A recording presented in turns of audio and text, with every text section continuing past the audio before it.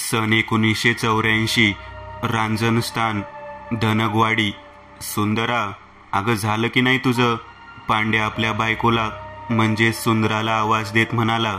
पांड्या हा 36 वय असलेला एक धडधाकट गडी माणूस. धनगवाडीतच तो आपल्या लहानशा मातीच्या घरात बायको सुंदरासोबत राहायचा. त्याला मूलबाळ नव्हतं, तरी सुद्धा पांडूची बायको सुंदरा वय 30 पांड्यासमोर संसारात सुखी होती. ती नावाप्रमाणे सुंदर व प्रेमळ होती. देवाने तिचं रूप अक्षरशः स्वर्गातल्या सुंदरीसारखं सजवलं होतं. पांड्या हा धनगवाडीतला एकमेव सावकाराच्या हाताखाली दिवसभर काम करायचा. मिळालेल्या पैशातून त्या दोघांना 2 वेळचं जेवण मिळायचं. दरवेळेप्रमाणे ह्यावेळी सुद्धा पांड्या हा सुट्टी झाल्याने दुपारच्या जेवणासाठी असंच रोजच्या दिनक्रमासहित घरी आला होता. आल्या आल्याच हातपाय तोंड धुवून तो जेवणासाठी त्याच्या बायकोला आवाज देत होता. पांड्याचं घर तसं म्हणायला मातीचं होतं. सर्वप्रथम एक खोली होती. त्यात प्रथम खोलीतल्या भिंतीवर एक खिळा ठोकून त्या खिळ्यात महादेवाचा फोटो अडकवला होता आणि फोटोखालीच एक लाकडाची फळी बसवली होती. त्या फळीवर एक दिवा दिसून येत होता. त्या दिव्यातलं तेल संपून जात तो विझण्याच्या घाईत होता. बाकी 2 उर्वरित खोल्या, त्यातली एक खोली स्वयंपाकघर आणि तिसरी न्हाणीघर ह्या वापरात होती. स्वयंपाकघरात एक चूल पेटलेली. त्या चुलीतून तांबड्या रंगाचा प्रकाश प्रज्वलित होऊन जात. पूर्ण स्वयंपाकघर लाईट नसल्याने उजळून निघालं होतं. चुलीवर एक तवा ठेवला होता. त्या तव्यावर एक चपाती भाजत ठेवली होती. चुलीसमोरच एक सौंदर्यवती स्त्री बसली होती. तिच्या अंगावर एक हिरव्या रंगाची साडी होती, जी तिच्या सौंदर्यात अजूनच भर घालत होती. आणि तिच्या गोऱ्या हातात हिरव्या रंगाच्या बांगड्या होत्या, ज्या चपात्या लाटते वेळेस एका विशिष्ट प्रकारच्या आवाजाने वाजत होत्या. आणि ह्या स्त्रीचं नाव सुंदरा होतं. ती पांडूची धर्मपत्नी होती. इकडे पांडू आपल्या बायकोची वाट पाहत होता. पहिले हाकेला प्रत्युत्तर आलं नाही, तसं त्याने पुन्हा हाक दिली. सुंदरा, आणखी लवकर, किती वेळ लावती? त्याने स्वयंपाकघराकडे पाहिलं. सुंदराला पुन्हा एकदा आपल्या धन्याची हाक ऐकू आली. तसं ती म्हणाली, आव धनी, थांबा, आलेच.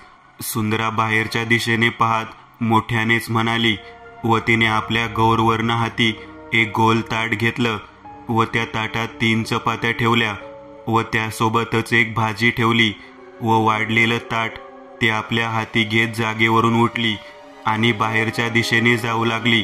सुंदरा, आणखी लवकर, किती वेळ म्हणायचं? तिकडं शेतावर येळेवर पोहोचलो नाही तर तो सावकार जिता खाईन मला. पांड्या स्वयंपाकघराच्या दिशेने पाहत म्हणाला. तसं त्याचं वाक्य पूर्ण होता क्षणी सुंदरा आपल्या हातात ताट घेऊन आली व तिने आपल्या धन्याच्या समोर ताट ठेवलं. तसं पांडूने घाईघाईतच जेवणावर ताव मारायला सुरुवात केली.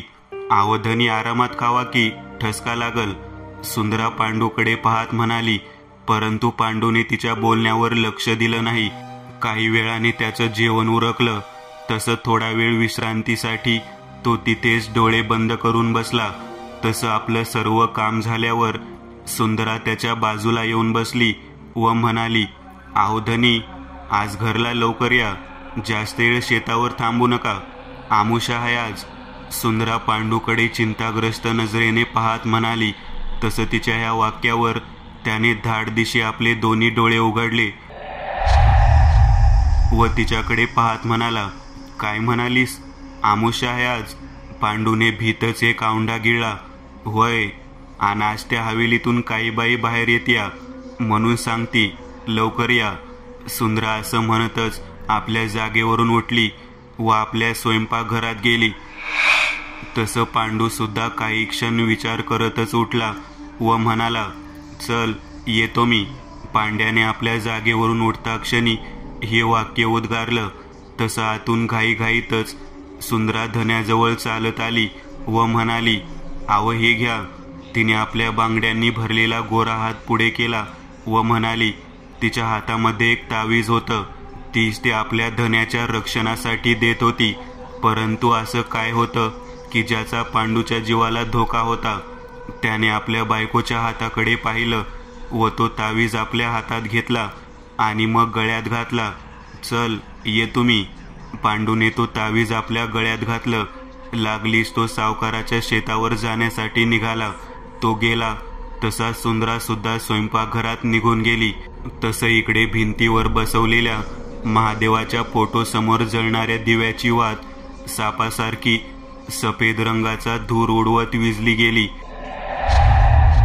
जणू कसल्या तरी अभद्र धोक्याच्या घंटेची चाहूल तो विझवणारा दिवा सांगून गेला होता. परंतु पाहणारं कोणी नव्हतं. जणू नियतीचे कपटी हेतू साध्य होणार होते. इकडे पांडूला सावकाराच्या शेतावर पोहोचण्यासाठी 1 तास तरी लागणार होता. धनगवाडीत पावसाळा असला तरी आता ह्या क्षणी सूर्याचा प्रकाश पडला होता. परंतु सर्व शेतांच्यात भरपूर पाणी भरलं होतं. जणू खूप पाऊस पडून गेला होता हे त्याचं चिन्ह होतं. मोठे मोठे पाऊल उचलत तो सावकाराच्या शेताच्या दिशेने निघाला. त्यातच त्याच्या मनात सुंदराच्या शब्दांचं विचारचक्र गोल गोल भिंगत होतं. आज आमुषा आहे, लवकर घरी या. या विचारांच्या तंद्रीत तो इतका बुडाला होता की आजूबाजूची ओळखीची लोक त्याला आवाज देत आहेत हे सुद्धा त्याला ऐकू जात नव्हतं. अशी कोणती अनामिक भीती होती की जिचा विचार त्याचा जीव खात होता. काय रहस्य होतं ते ज्याचा विचार पांडू करत होता. असंच काही वेळ पाऊल उचलत त्याने गावाची वेस ओलांडली. मग वेस ओलांडून झाल्यावर त्याला गावातली घनदाट झाडांची पायवाट लागली. ही घनदाट झाडांची पायवाट चालून झाल्यावर 40-50 मिनिटावर सावकाराचं शेत लागत असे. ज्या प्रकारे एक ट्रेन बोगद्यामध्ये शिरली जात त्या बोगद्याचं अंतर पार केल्यावर बाहेर आल्यावर सूर्यप्रकाशाचा आनंद घेते, त्याच प्रकारे ती पायवाट म्हणजेच एक घनदाट काळोखी बोगद्याचं जंगल होतं. जंगलातल्या झाडांची संख्या उंची इतकी होती की त्या जंगलात दिवसा सुद्धा अंधार भासायचा. हा तसं म्हणायला थोडाफार सूर्यप्रकाश येत होता ज्याने डोळ्यासमोरचं दिसून यायचं. पण ज्या सरशी रात्र व्हायला लागायची तसं लोक या जंगलाच्या जवळपास सुद्धा भटकत नसायची. एक प्रकारे कसली तरी भयानक काळीज पिळवटून टाकणारी भीती त्यांच्या मनात भरली होती. धनगडवाडीतल्या लोकांच्या म्हणण्यानुसार या जंगलाच्या आतमध्ये एक इंग्रजकालीन म्हणजेच इंग्रजाचं राज्य होतं.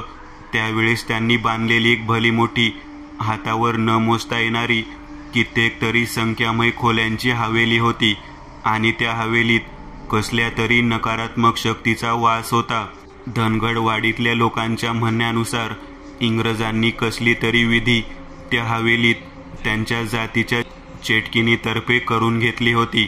परंतु ती विधी करता वेळेस त्या चेटकिनीच्या हातून कसली तरी चुकी झाली आणि त्या चुकीमुळे काहीतरी अमंगळ अकुशल बाहेरवासी दुनियातला अमानवीय ध्यान ह्या मानवी दुनियेत आला आणि त्या अनोळखी ध्यानाने ते जे काही बाहेरवासी दुनियेतून ह्या जगात अवतरलं होतं त्याने त्या चेटकिनीसहित पूर्ण इंग्रजांचा घास घेतला.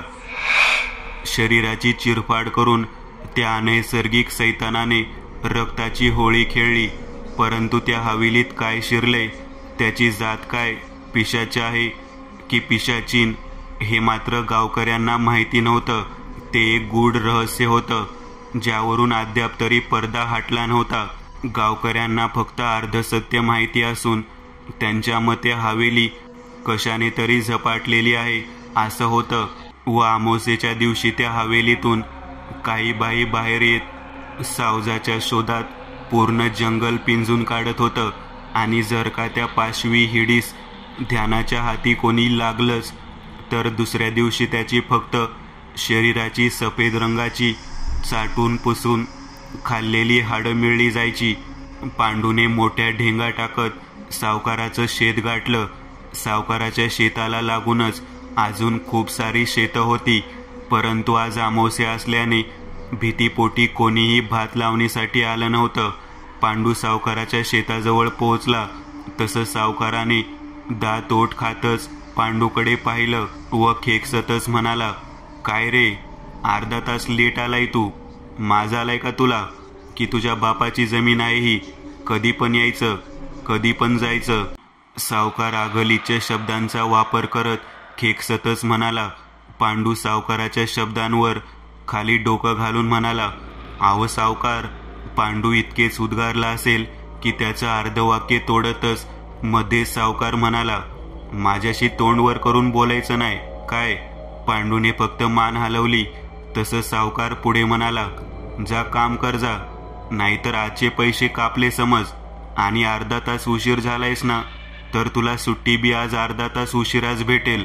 रघु सावकार हा वयाने 50शी गाठलेला व वर्णाने काळा, जणू हिंस्र सापाची जात, धनगडवाडीतला तो एकमेव सावकार होता.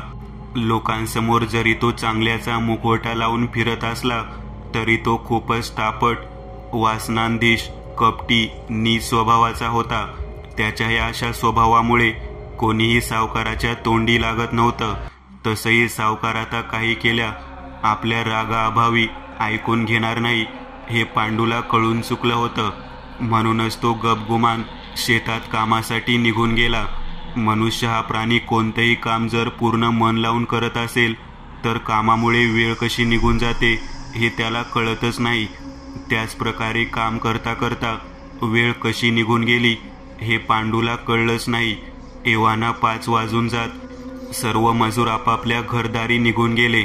सावकार सुद्धा निघून जाण्याच्या तयारीत लागला. जाता वेळेस त्याने आपल्या एका पाळलेल्या गावगुंडाचा घड्याळ पांडूकडे दिला वेळ पाहण्यासाठी, आणि त्याच्यासोबत टॉर्च सुद्धा दिली. अंधार झाला तर थोडं प्रकाश सोबतीला व म्हणाला, "पांडू, पैसे घ्यायला वाड्यावर ये." सावकाराने पांडूकडे पाहिलं व म्हणाला. तसं त्याने फक्त "जी सावकार" असं म्हणतच मान हलवली. तसं सावकार व त्याची गावगुंड, जे की सावकाराच्या ताळावर कधीही उभे राहून माकडासारखे नाचायचे, ते सुद्धा निघून गेले. आता पांडू त्या सांजवेळेस अशा निर्जन स्थळी एकटाच होता की त्याच क्षणी आकाशात काळे ढग जमा होऊ लागले. वेळ काळ बदलायला सुरुवात झाली. 5 वाजले असतील की काळा कुट्टा अंधार पडायला सुरुवात झाली.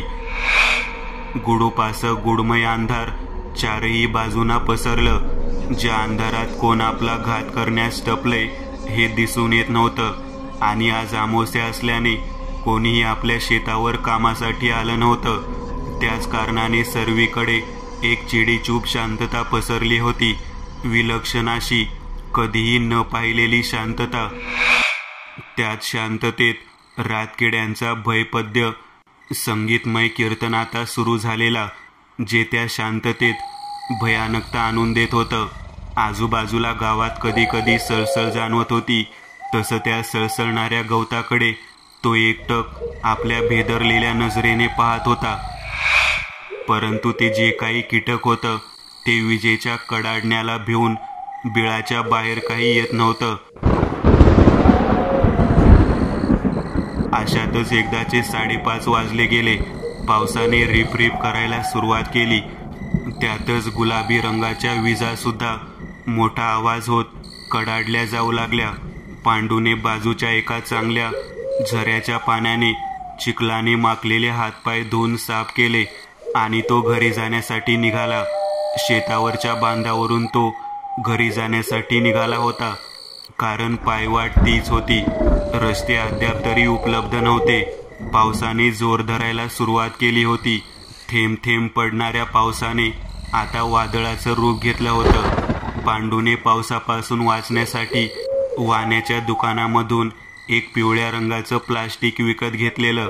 पिवळ्या रंगाचं ते प्लास्टिक अंगावर चढवून तो एक एक पाऊल सावधपणे टाकत पुढे पुढे निघाला होता. कारण बांध्यावर आजूबाजूला गवत असल्याने सर्प, विंचू, जनावरांची भीती होती. त्याच भीतीला भर म्हणून आकाशात विजा कडाडता क्षणी आजूबाजूचा पूर्ण परिसर लख्ख उजळून जात होतं. पांडूचं पूर्ण लक्ष पुढे होतं. त्याला असं झालं होतं की कधी आपण एकदाच घरी पोहोचतोय. इकडे पांडू जसं जसं पुढे जात होता तसं त्या चॉकलेटी रंगाच्या शेतांच्या चिखलाच्या पाण्यामधून कसला तरी चित्रविचित्र आकार सुद्धा त्याच्या पाठोपाठ येत होता. पूर्ण शरीर एका स्त्रीच्या रचनेनुसार आसून चिखलाचं होतं. त्या आकाराचे केस एका बाईसारखे लांबसडक असून जे पुढे पुढे सरकता वेळेस चिखलावरून जाताना दिसत होतं.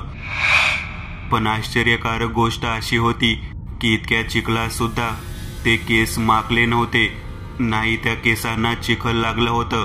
पांड्या आपल्या तंद्रीतच पावले वाढवत पुढे पुढे जात होता की तोच इतक्या भर पावसात सुद्धा पांडूच्या कानावर एक घसा खाकरून बोलल्याचा आवाज आला. पांड्या! त्या उपद्रवाने मारलेल्या हाकेसरशी पांड्याने आपली पावले थांबवली व पाठीमागे वळून पाहिलं, परंतु दूर दूरपर्यंत कोणीही नव्हतं. होतं ते फक्त चॉकलेटी रंगाचं चिखल केलेली शेत. आपल्याला भास झाला आहे हे समजून तो पुन्हा आपल्या मार्गाला लागला. तसं त्याच्या पाठमोरे आकृती पल्ल्याड बांद्याच्या खालच्या शेतात चिखलापासून एक भयानक आकृती तयार व्हायला सुरुवात झाली. ती आकृती एका स्त्रीची भासून येत होती, कारण तिचे शरीराचे अवयव एका स्त्री रचनेप्रमाणे होते. त्या भयानक आकृतीची पूर्ण काया चिखलापासून बनलेली होती, परंतु तिचे केस मात्र काळ्या रंगाचे साफ साफ दिसून येत होते. ते काळ्या रंगाचे केस एखाद्या किडेप्रमाणे तिच्या पाठीवर वळवळत होते. इकडे पांडू आपल्या तंद्रीतच खाली आजूबाजूला पाहतच पुढे पुढे जात होता की अचानक एक मोठी वीज कडाडली. वीज कडाडता क्षणी पांडूच्या डोळ्यांना एक भयानक, अंगावर काटा आणणारं दृश्य दिसलं. पूर्ण बांध्यावर काळ्या रंगाचे वळवळणारे कित्येक तरी साप त्याला एका क्षणात दिसून आले. ह्या अचानक दिसलेल्या दृश्याने त्याची पाचावर धारणच बसली व त्याने थेट बांधाच्या खाली असलेल्या त्या चिखलाच्या शेतात उडी घेतली. तो चिखलात पडता क्षणीच एक वेगळ्याच प्रकारचा आवाज झाला. पांड्याचे पूर्ण शरीर चिखलाने माखले गेले. त्याने या अशा अवस्थेत सुद्धा भीतच एक कटाक्ष पुन्हा बांध्यावर टाकला, तर त्याच्या नजरेस समोर काहीही नव्हतं. होतं ते फक्त आणि फक्त हिरवगार गवत. मग आपण जे पाहिलं होतं तो आपला भास होता की आणखी काही? त्याच्या डोक्यात न जाणे कित्येक प्रश्नांनी काहूर माजवायला सुरुवात केली. शेतात चिखल असल्याने त्याचे पाय खालपर्यंत रुतले गेले होते. तसं त्याने ते विचार करण्याचं सोडून दिलं व आपला पाय उचलायचा पुरेपूर प्रयत्न केला, पण पाय काही केल्या उचलत नव्हता. जणू आतून कोणीतरी पकडून ठेवलं असावं, कारण त्याच्या पायाला कसला तरी स्पर्श जाणवत होता. अचानक पांडूला आपल्या गळ्यात काहीतरी चिकट असं वळवळते असा भास होऊ लागला. तसं त्याने आपल्या चिखल लागलेल्या हातांनीच गळ्याभोवती चाच पडून पाहिलं. तसं त्याला एक भयानक हादरा बसला, कारण त्याच्या गळ्यात एक काळा कुट्ट सर्प वळवळ करत होता. त्याने कशी तरी हिंमत एकवटली आणि क्षणार्धात तो वळवळणारा सर्प आपल्या गळ्यातून काढून दूर फेकला. तसं त्या सर्पाचं रूपांतर ताविजामध्ये झालं व पांडूला आपली चूक लक्षात आली. सैतानाने भूलदृश्य दाखवत गळ्यातून तो तावीज काढून घेतला होता. त्याने हलकेच पाऊल उचलत चिखलावर पडलेली ती हिरव्या रंगाची ताईत वाकून उचलण्यासाठी हात वाढवलं. तसं पुन्हा एकदा त्या ताविजाचं रूपांतर काळ्या नागात झालं, जो की फणा काढून त्याच्या दिशेने आपलं डोकं खाली वर करत त्याला दंश करण्याचा प्रयत्न करू लागला. पांडूने कशीबशी त्या चिखलाच्या शेतातल्या नागाकडून सुटका केली व बांधावर पडलेली टॉर्च हाती घेत गावाच्या दिशेने धूम ठोकली. पांडू जाताच इकडे त्या नागाचं रूपांतर पुन्हा एकदा ताविजामध्ये झालं आणि तावीज चिखलात खेचली गेली. सुंदरा, आपला धनी अद्याप सुद्धा कामावरून परत आला नाही हे पाहून जरा काळजीतच पडली होती. तसं तिने पांडू बरोबर सावकाराच्या शेतात कामाला जाणाऱ्या काही ओळखीच्या माणसांच्या घरी जाऊन विचारपूस केली. तसं सावकाराने पांडू समवेत काय केलं हे त्या माणसांकडून सुंदराला कळलं गेलं, ज्याने ती धन्याच्या काळजीने पहिल्यापेक्षा जास्त चिंतित झाली. आभाळात अंधार यात्रेप्रमाणे काळे ढग जमा होऊन जात. त्या काळ्या ढगांमधून पावसांचे मोठे मोठे थेंब पडायला सुरुवात झाली होती. त्या काळ्या ढगांना पाहून तर असं वाटत होतं की साक्षात सैतान आपल्यावर नजर ठेवून बसलाय व त्या टपकणाऱ्या पावसाचे थेंब जणू पाणी नसून साक्षात त्या सैतानाची लाल भडक रक्ताचे आनंद अश्रू आहेत. जणू ते पुढे काहीतरी भयानक सैतानाचा नंगा नाच घडणार आहे याची शाश्वती देऊन जात आहेत. एक इसम वेड्यासारखा धावत पळत तर कधी ठेच काढत उठून धडपडत पुन्हा पुन्हा त्याच कृतीत पळत होता. पळता वेळेस तो कधी पुढे तर कधी मागे पाहत होता आणि तो इसम दुसरा कोणी नसून खुद्द पांडू होता. त्याने पाहिलेले ते दृश्य सामान्य नसून असामान्य होतं हे त्याला कळून चुकलं होतं. म्हणूनच तो आपला जीव मुठीत धरून गावाच्या दिशेने पळ सुटला होता. त्याच्या दोन्ही पायात आता ह्या क्षणी चप्पल वगैरे काहीही नव्हतं. चप्पल होती ती त्या चिखलाच्या शेतातच अडकली होती. अशातच पायाखालचे काटेकुटे तुडवत तो नग्न पावलांनी गावाच्या दिशेने निघाला होता. परंतु ते इतकं सोपं होतं का? अमानवीय शक्ती, सैतान, पिशाच कधी सावजावर उपकार करतील तर नवलच म्हणावं लागेल. पळता पळताच पांडू एका वळणावर येऊन थांबला व डोळे मोठे करतच पुढचं दृश्य आश्चर्यकारक नजरेने पाहू लागला. कारण गावात जाण्यासाठी एकच रस्ता, एकच मार्ग होता. परंतु आता ह्या क्षणी त्याच्या नजरेसमोर दोन वळण दिसून येत होते. काही क्षण आपली बुद्धी अक्षरशः कामच करायची बंद झाली की काय असं त्याला वाटू लागलं. गावात जाण्याची पायवाट त्याच्या पायाखालची ओळखीची होती. कित्येक तरी वेळा तो ह्या रस्त्याने रात्री अपरात्री एकटाच आला होता. परंतु आजचा दिवस काही त्या दिवसांपेक्षा कित्येक तरी पटीने आगळा वेगळा होता. म्हणजेच आज अमावास्या होती. आजच्या ह्या अपवित्र दिवशी धनगडवाडीत एक अमानवीय हिंस्र श्वापद आपल्या पिंजऱ्यातून मुक्त होऊन सावजाच्या शोधात अमावास्या समाप्तीपर्यंत पूर्ण जंगलात व धनगडवाडीच्या वेशीपर्यंत फेऱ्या घालत बसायचं. ज्याने आजच्या ह्या अमंगळ दिवशी वाडीतले मनुष्य त्यासमवेत मूक पाळीव प्राणी सुद्धा बाहेर भटकत नव्हते. पांडूचा आता ह्या क्षणी डोकं बधीर होण्याची वेळ आली होती. काय करू, कुठून जाऊ, कोणता मार्ग रस्ता खरा असेल, हा नको तो नको असं करता करता संध्याकाळ झाली. जिकडे नजर जाईल तिकडे फक्त आणि फक्त काळाकुट्टा अंधार व विचित्र भयपद्य आकार घेतलेल्या झाडांच्या खाली लोंबणाऱ्या फांद्या दिसून येत होत्या. अंधार झाल्याने पांड्याने आपल्या हातातली टॉर्च चालू केली आणि एका झाडाच्या दिशेने भिरकावली आणि पुढचं दृश्य पाहताच त्याचं पूर्ण शरीर थंड पडलं. डोळे विस्फारले, तोंड मोठं झालं, जीभ बाहेर आली. संध्याकाळ होऊन जात दिवे लावणीची वेळ झाली होती. परंतु पांडूचा अद्याप पत्ता नव्हता. धन्याच्या काळजीपोटी सुंदरा सावकाराच्या वाड्यावर आली होती. तिने पांडूबद्दल सावकाराला सर्व काही सांगितलं होतं. जसं की तो अद्याप घरी परतला नव्हता.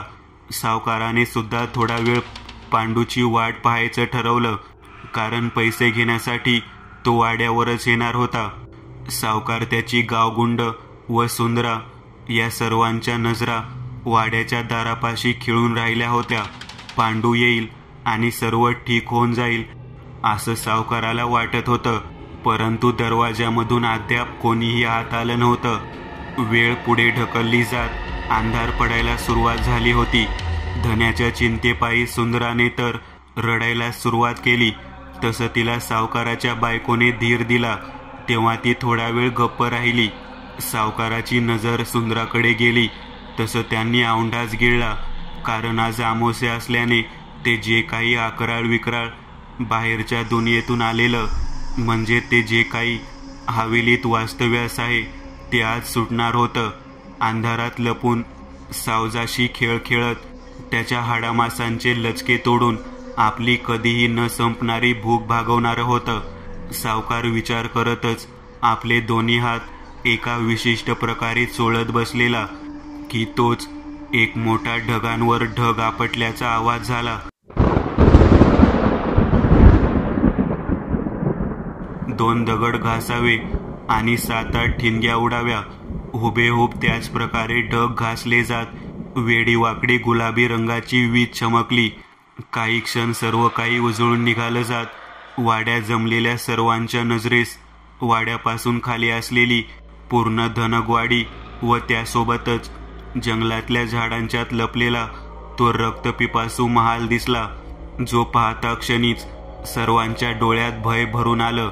इकडे खुर्चीत बसून असलेला सावकार हात चोळतच उठला आणि डावी उजवीकडे डोळे फिरवतच विचार करू लागला. ह्या पांड्याला काही झालं तर नाव आपल्यावर येईल. तसं पण आपणच त्याला आपल्या शेतावर थांबण्यासाठी म्हणालो होतो आणि सर्व त्या मजुरांना पण माहितीये, पोलीस केस झाली तर आपणच अटकूयात. सावकार आपल्याच तंद्रीत होता बहुतेक. बाकी सर्व सावकाराच्या पाठमोऱ्या आकृतीकडे एकटक पाहत होते. नाही, पोलीस केस झाली तर आपल्याच नावाची बदनामी होईल. त्यापेक्षा मी एक काम करतो, गावातल्या माणसांना जमा करतो आणि पांड्याला शोधायला जंगलात पाठवतो. छन्नी हास्य करत सावकाराने मनातच काय ती शक्कल लढवली. बाकी सर्व मंडळी अद्याप सुद्धा सावकाराच्या पाठमोऱ्या आकृतीकडे पाहत होते. अधूनमधून विजा चमकत होत्या, ज्या सावकाराच्या कपटी हास्य करणाऱ्या चेहऱ्यावर पडल्या जात त्याचं रूप भयान भासवून जात होत्या. सावकाराने हलके चेहऱ्यावर खोटे चिंतेचे भाव आणत गिरकी घेऊन त्या सर्वांसमोर पाहिलं व म्हणाला, वाट पाहता पाहता लय वेळ झाला नाही, पण पांडूचा अजून पत्ता नाही. आता आपल्यालाच काहीतरी करावं लागल. आहो पण सावकार, आज रातच्याला तर. सावकाराच्या पाळलेल्या त्याच्या पैशावर जगणारा एक गावगुंड पुढे काही बोलणार की तोच त्याचं वाक्य सावकाराने मध्येच अडवलं. ते काय बी असू दे, आता माघार घ्यायची नाही. बस, आपल्या पांडूच्या शोधाकरिता आपण जंगलात जायचंच. भले माझा जीव गेला तरी बेहतर, पण या सुंदराच्या कुंकवाला मी काही होऊ देणार नाही. सावकार मोठ्या आघाडीवर उभा राहिल्यासारखा म्हणाला. सावकाराचे बोल ऐकून सुंदरा अक्षरशः सावकाराच्या पायावर डोके ठेवून रडू लागली. तसं सावकाराने तिच्या दोन्ही खांद्यांना अलगद पकडत तिला उभं केलं व आपल्या उराशी कवटाळलं व म्हणाला, घाबरू नको सुंदरा, मी आहे ना. सावकाराने असं म्हणतच सुंदराच्या पाठीवरून अलगद हात फिरवण्यास सुरुवात केली.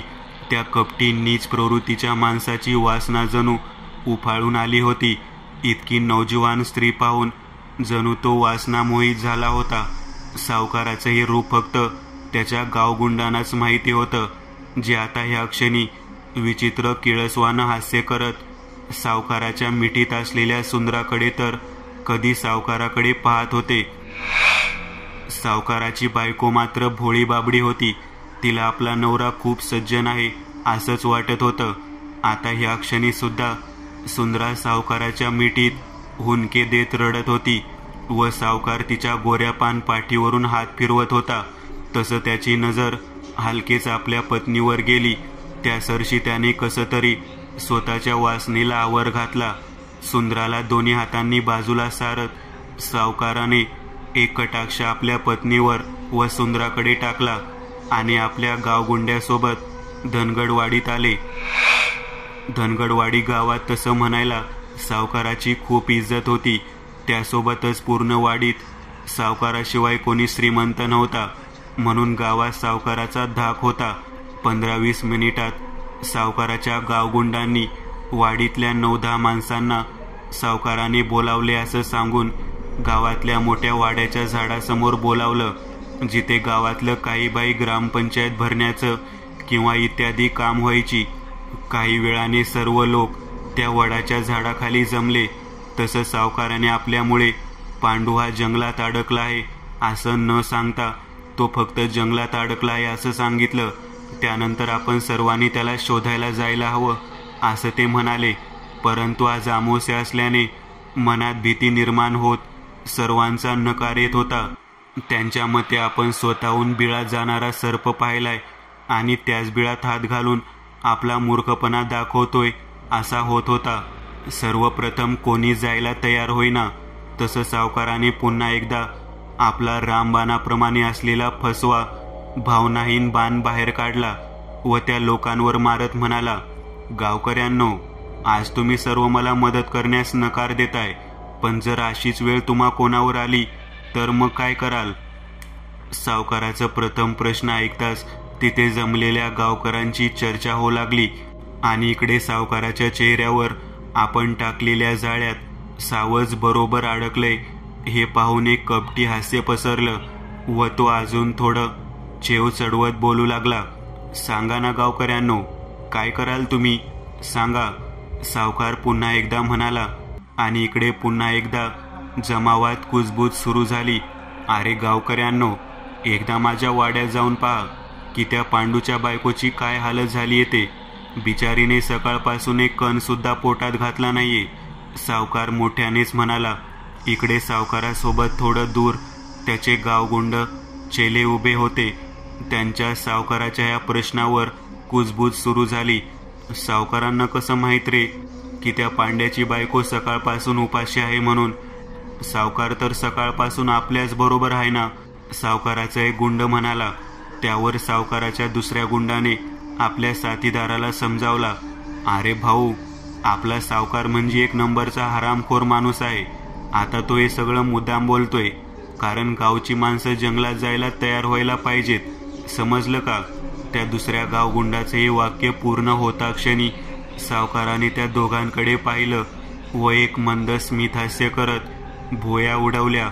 त्या सरशी त्या सर्वांनी टाळ्या वाजवायला सुरुवात केली. गावातल्या लोकांनी सुद्धा मग ह्यामध्ये हा मिळवत एकजुटीने जंगलात जाण्याचं ठरवलं. टॉर्चच्या प्रकाशाने पांडूला जे थरथराट दृश्य दिसलेलं त्या भयदृश्याने त्याची स्टॅच्यूसारखी अवस्था होऊन जात तो जागच्या जागी थिजला गेलेला. पांडूपासून 100 पावलांवर इंग्रजांनी बांधलेली दूर दूरपर्यंत मृत प्रेतांच्या सफेद रंगाच्या कबर नजरेस पडल्या जात होत्या. कबरांची रचना क्रॉस सारखी होती. त्या क्रॉसवर मेलेल्या माणसांची काळ्या रंगानी नावं आणि मृत्यू दिनांक लिहिलं गेलेलं. पांडूची नजर काही केल्या एका जागी स्थिरावली जात नव्हती. आपल्या हातातली टॉर्च तो कधी डावीकडे तर कधी उजवीकडे फिरवत होता.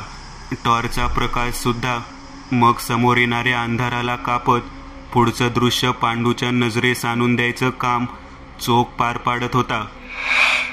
त्या प्रकाशात पांडूला हिरवगार गवत तर कधी कबरी दिसून यायच्या, ज्याने मनात थोडीफार भीती उत्पन्न होत होती. न जाणे किती उशीर झाला असेल तो ह्याचा अवस्थेत उभा राहून टॉर्चचा प्रकाश त्या कब्रस्थानातल्या कबरांवर मारत होता.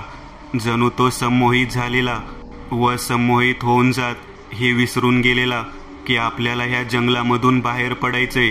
पांडूच्या मनात उत्कंठा भरून आलेली. समोरचं दृश्य जरी भयपद्य असलं तरी मानवाच्या उत्कंठित मनाला चेव देणारं होतं.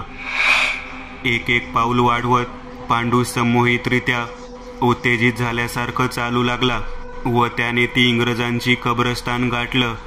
काही मिनिटांअगोदर पांडूने दूर उभं राहून पाहिलेले कब्रस्तान आता ह्या क्षणी समुद्रांच्या लाटेप्रमाणे हवेत हेलकावे खात आजूबाजूला मिरवत असलेल्या जाड धुक्याने भरून निघालेली. त्या समवेतच धुक्याला जोड म्हणून शवघरात ठेवल्या जाणाऱ्या प्रेताच्या हाड गोठवणाऱ्या बर्फाच्या लादीसारखी थंड पडली होती, ज्याने पांडूच्या तोंडातून वाफा निघाल्या जात होत्या. पांडू आपल्या जागेवरच लोटांगण घालत टॉर्चचा प्रकाश आजूबाजूला फिरवत समोरचं दृश्य पाहण्यात तल्लीन झाला होता. पांडूच्या नजरेस फक्त सफेद रंगाच्या चौकोनी आकाराच्या कबरी आणि त्यावर असलेल्या लाकडाचे क्रॉस व गवत पडत होतं. पूर्ण कब्रस्थानाला अंधार धुक्याने वेढा घातलेला होता. पांडू आजूबाजूला पाहण्यात इतका व्यस्त होता की त्याच्या मागे एक स्त्री उभी आहे हे त्याला कळालंच नाही. त्या स्त्रीच्या अंगावर एक काळ्या रंगाचा बुरखा होता, ज्याने तिचं तोंड दिसून येत नव्हतं, परंतु तिचे दोन्ही डोळे दिसून येत होते, जे की विस्तवासारखे तापलेले होते. ती कसलीही हालचाल न करता एकटक पांडूकडेच पाहत होती. पांडूला आपल्या मागे कोणीतरी असल्याचा भास होऊ लागला. तसं त्याने जोरात एक गिरकी घेत मागे वळून पाहिलं, तसं त्याला आपल्या मागे कोणीच दिसलं नाही. परंतु टॉर्चचा प्रकाश पॉवरफुल होता. तो थेट धुक्यातून कसंबसं वाट काढत पुढे जात एका आकृतीवर जाऊन पडला. तसं पांडूला त्या आकृतीचं दर्शन घडलं. दृश्य थोडं लांब असल्याने आकृती अंधुक भासत होती. तसं त्याने आपले दोन्ही डोळे छोटे करत एक कटाक्ष त्या आकृतीवर टाकला. त्याच्या दृष्टीस धुक्याभोवती उभी एक पाठमोऱ्या स्त्रीची आकृती दिसून आली. त्या स्त्रीच्या अंगावर एक काळ्या रंगाचा बुरखा होता. ती पाठमोरी असल्याने पांडूला तिचा चेहरा काही दिसणार नव्हता. तिला पाहून पांडूच्या मनात एक विचार सुद्धा आला की ही स्त्री कोण आणि इतक्या रात्री अशी जंगलात काय करतीये. पांडूने त्या पाठमोऱ्या स्त्रीकडे पाहतच आपली पावले तिच्या दिशेने उचलायला सुरुवात केली व त्या अनोळखी स्त्रीजवळ जाऊ लागला. परंतु मित्रांनो, ती खरंच स्त्री होती का की आणखी काही चित्रविचित्र रूप धारण केलेलं मायावी, हिडीस, कल्पनाशक्ती पलीकडचं ध्यान होतं, जे की पांडूला आपल्या जाळ्या तोडण्यासाठी आलेलं. पांडूची 5-10 पावलं चालून झाली असतील की तोच त्या स्त्रीने सुद्धा जोरात आपली पावले उचलायला सुरुवात केली. आपले दोन्ही हात अगदी ताठ शरीराला खेटून ठेवत ती डोकं थोडं पुढच्या दिशेने झुकवत अगदी वेगाने चालत होती. पांडूने तिला असं घाबरल्यागत चालताना पाहून एक हाक दिली, "ओ ताई, आव थांबा की, घाबरू नका, थांबा." पांडूचं पूर्ण लक्ष त्या स्त्रीवर होतं व तो त्याच अवस्थेत पुढे पुढे जात होता की अचानक त्याचा एक पाय झाडाच्या खोडात अडकला गेला आणि टॉर्च हातातून सुटली जात तो ठेच काढतच जमिनीवर पडला.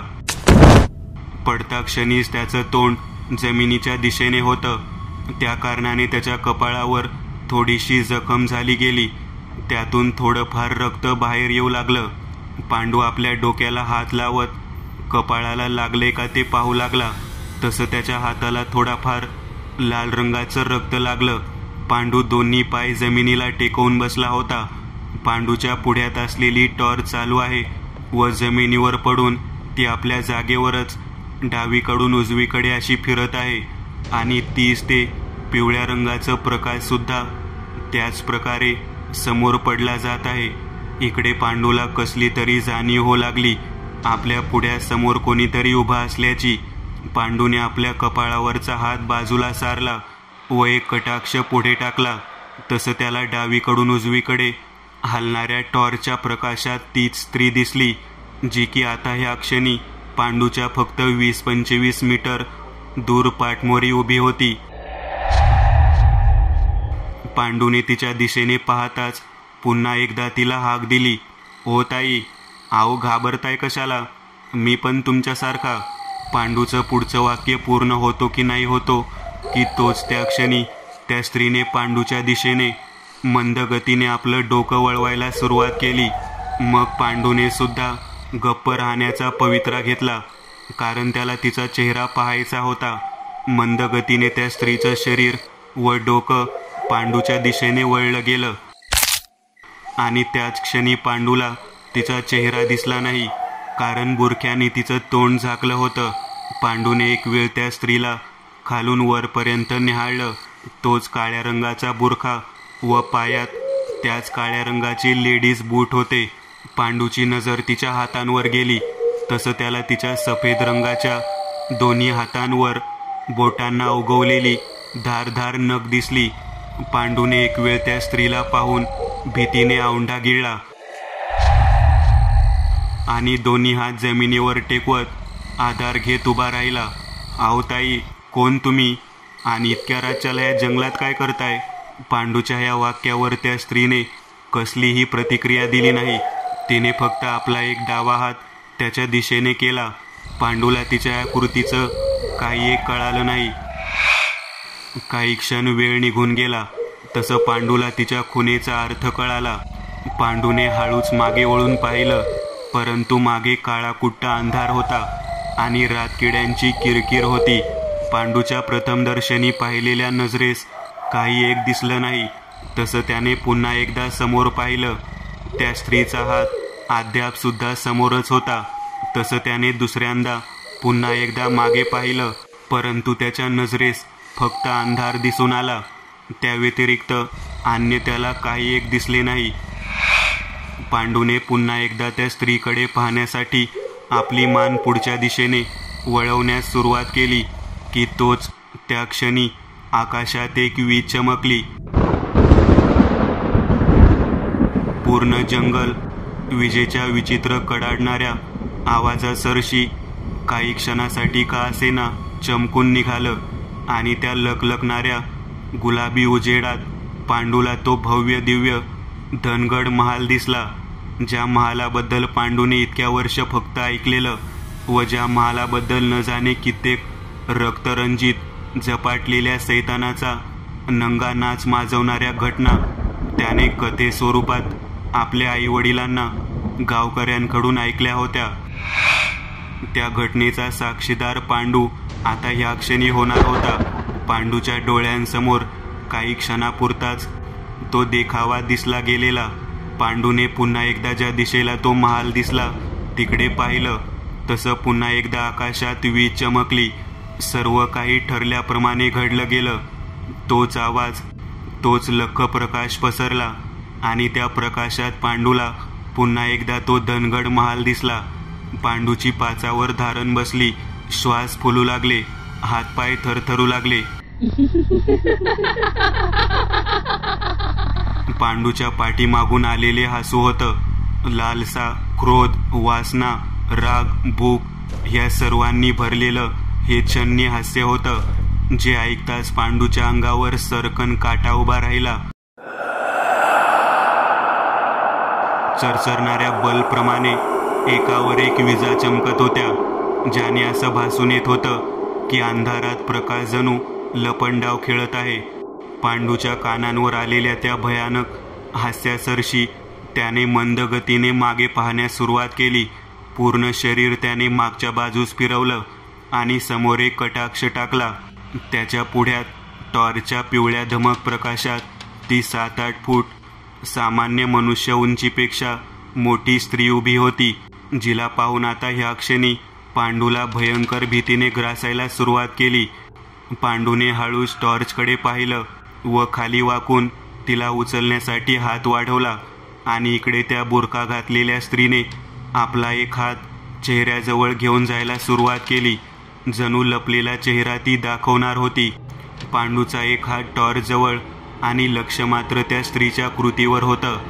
त्या स्त्रीने हलके चेहऱ्याजवळ असलेल्या काळ्या रंगाचा पडदा बाजूला सारला आणि इकडे त्या क्षणी टॉर्चचा प्रकाश कमी जास्त होऊ लागला, ज्याने पांडूला त्या स्त्रीचा चेहरा दिसायला अडचण होऊ लागली. त्याने टॉर्च आपल्या हाती घेतली आणि टॉर्चवर आपल्या हाताने हलके हलकेच फटके मारू लागला. तसं काही वेळ असंच पिवळा प्रकाश कमी जास्त होऊन एकदाची टॉर्च पूर्ववत झाली. प्रकाश पुन्हा आला गेला. तसं त्याने क्षणाचाही विलंब न लावता टॉर्चचा प्रकाश त्या दिशेने भिरकावला ज्या दिशेला ती स्त्री उभी होती आणि पुढचं दृश्य पाहता क्षणीच त्याला आपल्या पुढ्यात कोणीही दिसलं नाही.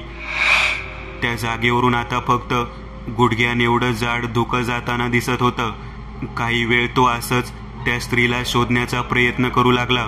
इकडे तिकडे टॉर्च मारत तो तिला शोधत होता की तोच एक विशिष्ट प्रकारचा कित्येक महिने वर्ष न उघडलेला दरवाजा बिजागऱ्या घासल्या जात करकर आवाज होत उघडला जावा, त्याच प्रकारे त्या धनगड महालाचा दरवाजा उघडला गेला. पूर्ण जंगलात तो आवाज अंधाऱ्या रात्री असा काही घुमला की आपापल्या झाडांवर घरट्यात झोपलेली सर्व पशुपाखरं आकाशात उडाली. पांडूने हलकेच गिरकी घेतली आणि आपल्या हातात असलेल्या टॉर्चचा प्रकाश त्या महालाच्या दरवाजावर टाकला, जो की कोणाच्याही स्पर्शाव्यतिरिक्त आपोआप खुलला जात होता. पांडू एकटक भीतीने गर्भगळीत होऊन जात पुढचं दृश्य आपल्या थरथरणाऱ्या नेत्रात साठवून घेत होता. 2 भाग असलेला तो मोठा दरवाजा डावी उजवीकडे एक एक झापाझात उघडला गेला व पांडूच्या हातात असलेली टॉर्च पुन्हा एकदा चरचरायला सुरुवात झाली आणि त्या कमी जास्त होणाऱ्या टॉर्चच्या पिवळ्या धमक प्रकाशात ती स्त्री पांडूच्या नजरेस पडली, जी की महालाच्या आत उभी होती.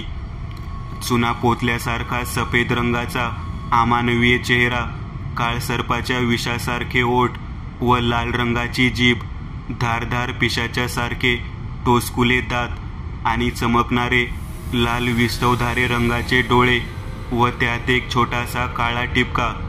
पांडूला त्या स्त्रीचं हे अमानवीय रूप पाहून एक कळालं होतं, ही कोणी स्त्री नसून एक पिशाची आहे. पांडूच्या हातापायाला कंप सुटला.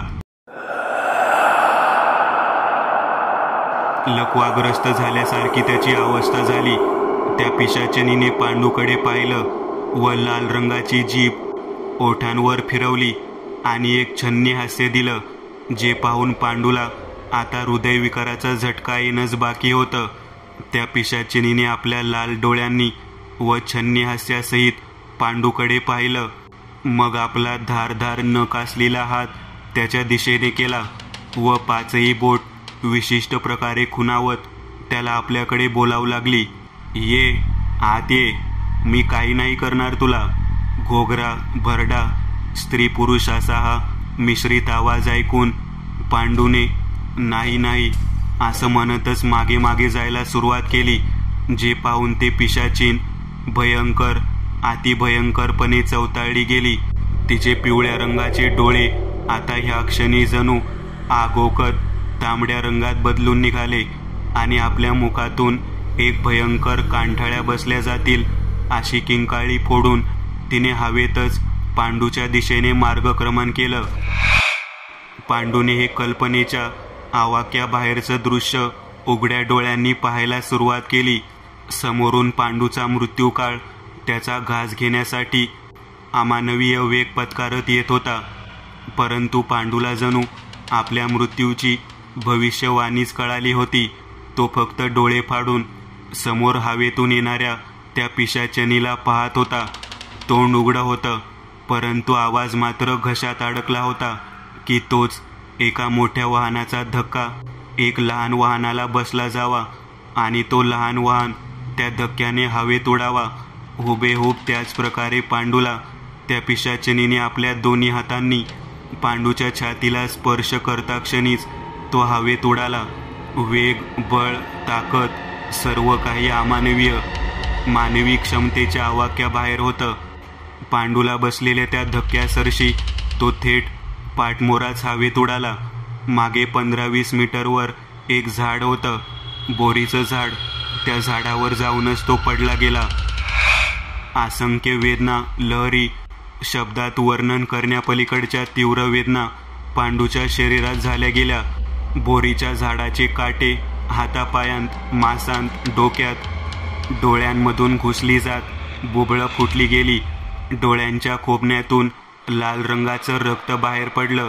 ह्या सर्व तीव्र वेदना होता क्षणीच त्याचं तोंड उघडलं जात न जाणे कित्येक एका पाठोपाठ किंकाळ्या बाहेर पडल्या आणि तोंड उघडता क्षणीच जिभेत काटे घुसले जात जीभ फाटून आली.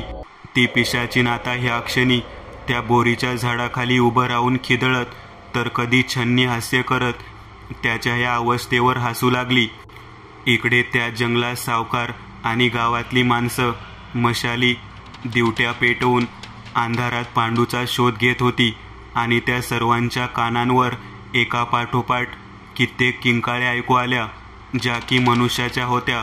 अहो सावकार, हा तर पांडूचा आवाज वाटतोय की, आणि त्यो बी त्या महालाच्या वाटेने येतोय. गावातलाच एक गावकरी म्हणाला. तसं त्याच्या ह्या वाक्याला सर्वांनी दुजोरा दिला. अरे मग वाट कसली बघताय गड्यांनो, चला लवकर, बिगी बिगीनं. सावकाराच्या ह्या वाक्यासरशी प्रत्येकाने आपापल्या काठ्या, कोयते, मशाली, टिटव्या हातात गच्च पकडल्या आणि महालाच्या दिशेने निघाले. 15-20 मिनिटातच सावकाराने आणि गावकऱ्यांनी तो भव्य दिव्य श्रापित महाल गाठला. इकडे धनगड महालातल्या वरच्या खोलीतल्या एका काचेच्या खिडकीजवळ ती पिशाचीन उभी राहून खाली असलेल्या मशाली टिटव्या हाती घेतलेल्या माणसांकडे क्रोधित, अंगार भरलेल्या नजरेने पाहत होती की तोच एका गावकऱ्याची नजर तिच्यावर पडली गेली. त्या सरशी तिच्या शरीराची काळ्या रंगात राख होऊन जात ती गायब झाली. सावकार, त्याच्या हातात एक मशाल होती, जी त्याने आपला एक हात वर करून धरून ठेवली होती. त्या मशालीचा तांबडा प्रकाश त्याच्या तोंडावर पडला होता. त्याचं नाव किशा होतं. तो गावातलाच एक तरुण होता. त्याचा आवाज ऐकून सावकार, त्याची गुंड आणि गावातल्या माणसांनी वळून त्याच्याकडे पाहिलं. काय झालं किशा? पुढे सावकारने त्याला विचारलं. तसं किशाने आपला दुसरा हात वर उचलत महालाच्या दिशेने वरच्या मजल्यावरच्या एका खोलीबाहेर असलेल्या काचेच्या खिडकीकडे केला. तसं सर्वांनी एकदा त्या खिडकीकडे पाहिलं, परंतु कोणाच्याही नजरेस विचित्र असं काही सापडलं नाही किंवा दिसलं नाही. परंतु किशा खोटं बोलत नाही आहे हे सर्वांना माहीत होतं, कारण तो महाल आपल्या भयानक आसुरी भयतांडव सैतानाच्या हकीकती कारनाम्यांसाठी इतका चर्चेत होता की विश्वास न ठेवणं असंभव होतं. सर्वच्या सर्व गावकऱ्यांनी महालाच्या आजूबाजूचा परिसर फक्त भीतीयुक्त पद्धतीने निहाळला. महालाच्या आत कोणी पाऊल ठेवला नाही, इतका दरारा होता त्या सैतानाचा. 10-12 मिनिट भीतीच्या छायेखाली घालवल्यानंतर सुद्धा पांडू न मिळाल्याने सर्वांनी परतण्याचं ठरवलं. तसे सर्व गावकरी पुढे निघून गेले. सावकार आणि त्याचे गावगुंड फक्त मागे होते. बस की तोच सावकाराच्या एका गुंडाच्या कानांवर वेदनेने विवळण्याचा सूक्ष्म स्वर ऐकू आला. तसं त्याने आजूबाजूला पाहायला सुरुवात केली, परंतु आवाज वरच्या दिशेने येत होता. तसं त्याने वर पाहिलं आणि त्याला त्या बोरीच्या झाडावर काट्यांच्या फांद्यांमध्ये अडकलेला पांडू दिसला, ज्याची अवस्था भयंकर झाली होती. बोरीच्या झाडाचे काटे त्याच्या हातापायात मांसात डोक्यात घुसले होते. काटे डोळ्यांमधून घुसली जात पातळ बोबळं फुटली गेलेली. डोळ्यांच्या खोबण्यातून लाल रंगाचं रक्त बाहेर पडत होतं. सावकार, त्याने पुढे जाणाऱ्या आपल्या टोळीला व सावकाराला हाक दिली. तसं सर्वजण त्याच्याकडे आले आणि तो वर पाहत आहे हे पाहून सर्वांनी एक कटाक्ष त्या काटेरी बोरीवर टाकला. तसं प्रत्येकाला न पाहवल्या जाणाऱ्या अवस्थेतला पांडू दिसला. अरे पांडू तर जिता आहे की, थांबा म्या गावातल्यासनी बोलावतो. सर्वप्रथम पांडूला पाहिलेला सावकाराचा गुंड म्हणाला व गाववाल्यांना आवाज देणार की तोच त्याचं तोंड सावकाराने आपल्या हाताने दाबून धरलं व पांडूच्या अर्धजीव मेलेल्या अवस्थेतल्या देहाकडे पाहत म्हणाला, ह्या पांड्याचा तर काय फायदा नाही, हा मेलेलाच बरा आहे. आहो पण सावकार, त्याची बायको सुंदरा ती आता फक्त माझी आहे आणि म्हणूनच तर हा माझ्या वाटीतला काटा काढायचा, नाहीतर या काट्याला कायमचा जाळून राख करायचा. छन्नी हास्य करत सावकार म्हणाला. परंतु सावकाराचे हे बोल कोणालाही कळाले नाही. म्हणजे सावकार, न समजल्यासारखं एक गुंड म्हणाला, म्हणजे या काट्यासकट हा झाड पेटवायचा.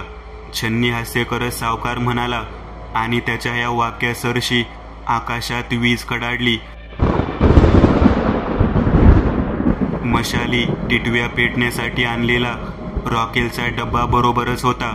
त्यात गरजेपेक्षा जास्तचं रॉकेल होतं, जे सावकाराच्या एका पाळलेल्या कुत्र्याने त्याच्या आज्ञेनुसार चारही बाजूंनी त्या झाडावर शिंपडलं व सावकाराच्या बाजूला येऊन उभा राहिला. राम नाम सत्य है पांडू, स्वर्गात तू मस्त अप्सराबरोबर खेळ आणि मी तुझ्या सुंदराबरोबर. आपल्या या वाक्यासरशी सावकाराने हलकेच हातात घेतलेली मशाल त्या झाडाच्या दिशेने फेकली आणि क्षणार्धात एक आगीचा भडका उडाला गेला व तो काटेरी बोरीचं झाड पांडूच्या जिवंत शरीरासहित चटचट आवाज करत जळू लागला.